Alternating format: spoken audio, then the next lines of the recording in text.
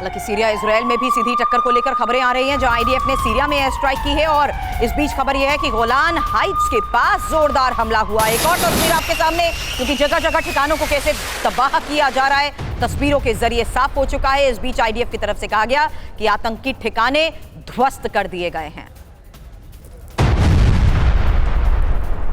श्रीवास्तव, ये जो हमास और इजराइल को देखते हुए बड़ी बातें हम इनकी रणनीति को देखते हुए रख रहे थे, वहीं एक और सीरिया के फ्रंट पर जिस तरीके से आईडीएफ की तरफ से दावे किए जा रहे हैं कि आतंकी ठिकानों को तबाह किया जा रहा है, ये साफ हो चुका है। चाहे सीरिया हो, हिजबुल्लाह, लेबनान फ्रंट हो या हमास, आईडीएफ भी अब बड़े दावे के साथ तस्वीरें जारी कर वो दबाव बना रहा है कि सब कुछ हमारे टारगेट में तहस नहस हो गया।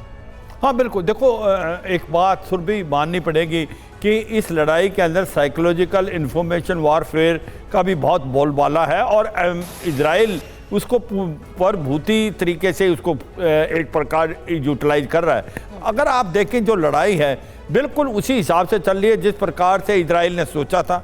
इजराइल हमास को ख़त्म करने के लिए बिल्कुल एक प्रकार से मन बना रखा है, 80% उसने डिस्ट्रॉय कर दिया है। और अभी जिस प्रकार से उसने ये भी कहा है कि सीज फायर नहीं होगा जब तक हमास ख़त्म नहीं हो जाए और हॉस्टेजेस वापस नहीं दी जाए। ये बात समझनी चाहिए कि ये बड़ा इंपॉर्टेंट है, जबकि अमेरिका प्रेशर डाल है। अमेरिका बार बार कह रहा है कि एक प्रकार ह्यूमैनिटेरियन पोज दो, शायद उसकी बात मानी जाए। मगर ये सच्चाई है कि इसमें एक टर्निंग इफेक्ट हुआ है मिडिल ईस्ट में। अब जो हिजबुल्लाह की बात हो रही है, मुझे लगता है हिजबुल्लाह ईरान की वेट कर रहा है। अगर उससे जब भी उसको ऑर्डर मिलेगा तो वो जंप मारेगा इस लड़ाई में। अभी तक उसने एक प्रकार से नहीं मारा और वो इजराइल के लिए कहीं ना कहीं फायदा है। पर इजराइल के ओवरऑल प्लानिंग में हिजबुल्लाह को खत्म करना बहुत जरूरी है। अगर हमास आज प्रॉब्लम डाल सकता है, कल को हिजबुल्लाह भी डाल सकता है। और हिजबुल्लाह जो है ईरान की प्रॉक्सी है और उसके पास ज़्यादा हथियार है और ज़्यादा पावरफुल है। और इसी प्रकार से जो सारा ताना बाना बन रहा है वो लग रहा है कि मुस्लिम वर्ल्ड भी डिवाइडेड है।